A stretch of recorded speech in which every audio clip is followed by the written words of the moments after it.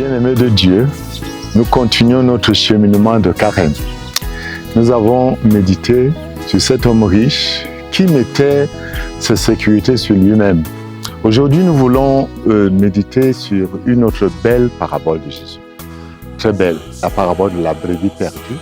C'est sur l'évangile selon Saint Luc au chapitre 15, versets 4 à 7. Et cette parabole nous donne de comprendre que Dieu ne se résigne jamais à perdre une seule personne.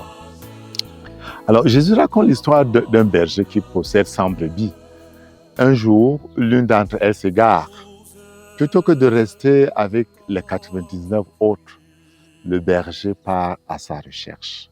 Il parcourt des chemins, affronte le désert, traverse des vallées et lorsqu'il retrouve sa brebis perdue, il la porte sur ses épaules. Tout joyeux, heureux, il la ramène au bercail. Et il appelle ses amis et voisins et leur dit « Réjouissez-vous avec moi, j'ai retrouvé ma brebis, celle qui était perdue. » Jésus conclut « Il y aura plus de joie dans le ciel pour un seul pécheur qui se convertit que pour 99 justes qui n'ont pas besoin de conversion. » Alors, il s'agit pour nous de découvrir, de comprendre que chaque personne a une valeur irremplaçable. Notons que le berger ne se contente pas de compter ses brebis, une seule se perd. Ça va, j'ai 100 stations d'essence. Une station est brûlée, je maintiens les 100 autres. Non. De même que chaque personne a une valeur unique aux yeux de Dieu, comme le proclame Isaïe, de même, cette unique brebis est importante pour Dieu. Pourquoi? Le prophète Isaïe dit, « Parce que tu as du prix à mes yeux, parce que tu es honoré et que je t'aime. Je donne des hommes à ta place, des peuples pour ta vie, je t'appelle par ton nom. » Dieu ne se résigne jamais à perdre quelqu'un. Il ne voit pas des nombres, il ne voit pas des gens comme des chiffres ou des cas secondaires. Cette parabole nous apprend à regarder nos frères et sœurs avec le même souci, à ne jamais abandonner ceux qui s'éloignent. Le berger ne reste pas à attendre que la brebis revienne. Il sort, il marche, il cherche, il affronte le désert, il affronte les dangers pour ramener sa brebis. Ainsi agit Dieu avec chacun de nous. Il ne se contente pas d'attendre notre retour. Il vient à notre rencontre.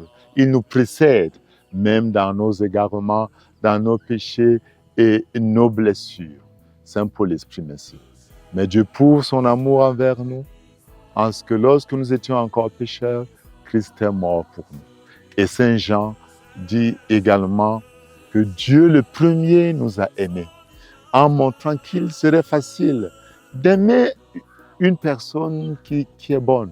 Mais Dieu nous a aimés et le Christ est mort pour nous quand nous n'avions pas de valeur. Cette initiative divine fonde la mission de l'Église. Nous sommes appelés à aller vers ceux qui s'éloignent, ceux qui se perdent, à tendre la main, à accompagner sans attendre qu'ils reviennent à nous. Lorsque le berger retrouve sa brebis, il célèbre, il appelle la communauté à partager sa joie. Jésus dit, il y aura plus de joie dans le ciel pour un seul pécheur qui se convertit. Le retour d'une seule personne change la dynamique de tout le groupe. Dans nos familles, nos paroisses et nos communautés, la conversion et la réconciliation d'un seul apportent toujours une joie immense, une joie partagée. Ainsi, le salut, même comme il est personnel, il n'est jamais isolé. La grâce, même quand elle est donnée à une seule personne, elle appartient à toute la famille. La mission de ramener l'autre est un acte qui transforme la vie collective et non seulement de l'individu. Car la grâce donnée à une seule personne touche toute la communauté. Dans notre tradition, on dit que le frère, c'est comme le sang de la bouche. Mais il y a des liens inextricables entre nous. Alors, une question comme pour les autres fois. Autour de moi, est-ce que quelqu'un s'éloigne de Dieu? Est-ce que quelqu'un s'égare? Suis-je prêt à me laisser guider par le Christ, aller vers cette personne? Comment puis-je devenir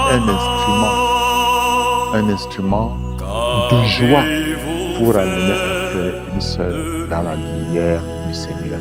Quel sacrifice je peux faire pendant ce temps de carême pour faire encore plus le premier pas? ce premier pas. Comment je l'envisage? Comment je dois faire? Laissons-nous guider par l'Esprit. Demandons la grâce du Seigneur et Dieu nous portera sur ce chemin. À nous revoir avec la prochaine.